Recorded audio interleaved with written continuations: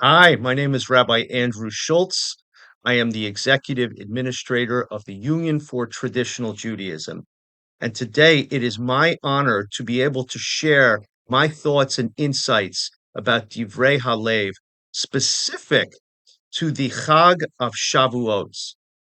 And Rav Halivni's comparison of Shavuot to Shabbat. And of course, we have the number seven Shavuot representing the end of the 7 week period, Shabbat representing the seventh day following creation. And of course, he uses a portion of the pasuk that we say in the Shabbat Kiddush, V'Shabbat Padsho B'Ahava Uvratzon, that Shabbat has been given with Hashem's love, with the ability for us to have it as a legacy. Ki sheshet yamim asa adoshem et hashamayim ve'et haaretz. That on the seventh day, Hashem ceased from his work and rested, and that we can recognize this as the siman for Shavuot. Unlike the other two of the Shalosh Regalim, Sukkot and Pesach, Sukkot is very labor intensive. We put up our sukkah just after Yom Kippur. We have to procure the arba minim. And of course, with the laborious tasks of Pesach, as we eradicate our homes of chametz, b'dikat chametz, mechirat chametz, bior chametz, and of course the Pesach Seder, which is loaded with simanim. But the siman for Shavuot is the Torah min hashamayim. In the comparison to Shabbat, is that Shabbat itself doesn't need the ostensible and the obvious mitzvot. That Shabbat is something we hold near and dear to our hearts, that it's really an organic expression of the Jewish people, as is Shavuot.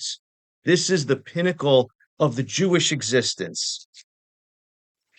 And we on Shabbat, we emulate God's cessation of work, the 6 days of the week that we do milacha. It is Shabbat that makes that separation. And just like Shavuot, which is receiving the Torah, which then distinguishes us as Am Yisrael, the Jewish people, and Am Kadosh, the holy people.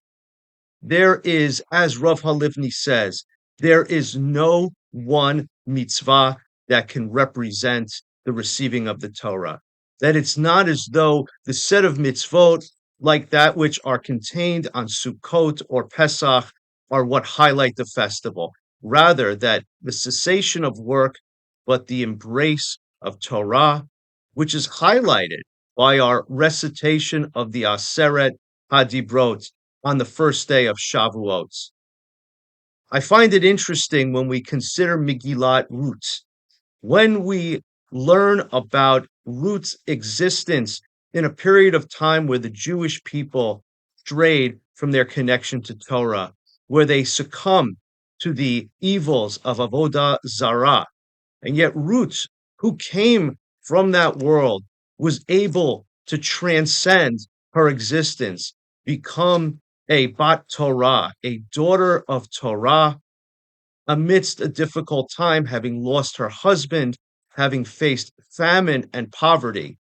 And so we are reminded that the Torah will continue to exist and be a compass in our lives in the best of times and in the worst of times.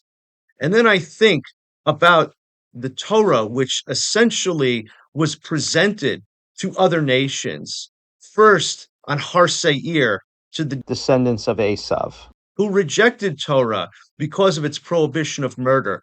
And then it was presented to Midbar Paran, who rejected because of the Torah's prohibition of theft. And the Jewish people accepted Torah, lock, stock, and barrel. Whole Torah kulo. No preconditions, no specific criteria for accepting the Torah. That God's chosen people, the intended people, receive the Torah. And Shavuot stands unique from every other Chag, from every other Yom Tov, because it is the time that we became defined as the Jewish people. That as we say In Pirkei Avot, Hashem chafetz leman tzidko yagdil Torah v'yadir, that God supplied us with an abundance of mitzvot so that we too could be connected, that we too could maintain and can maintain an intimate relationship with the Almighty, separating us from all other nations.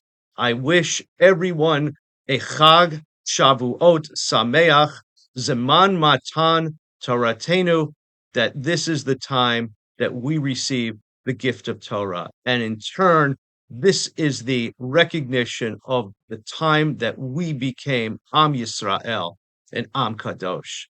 Thank you.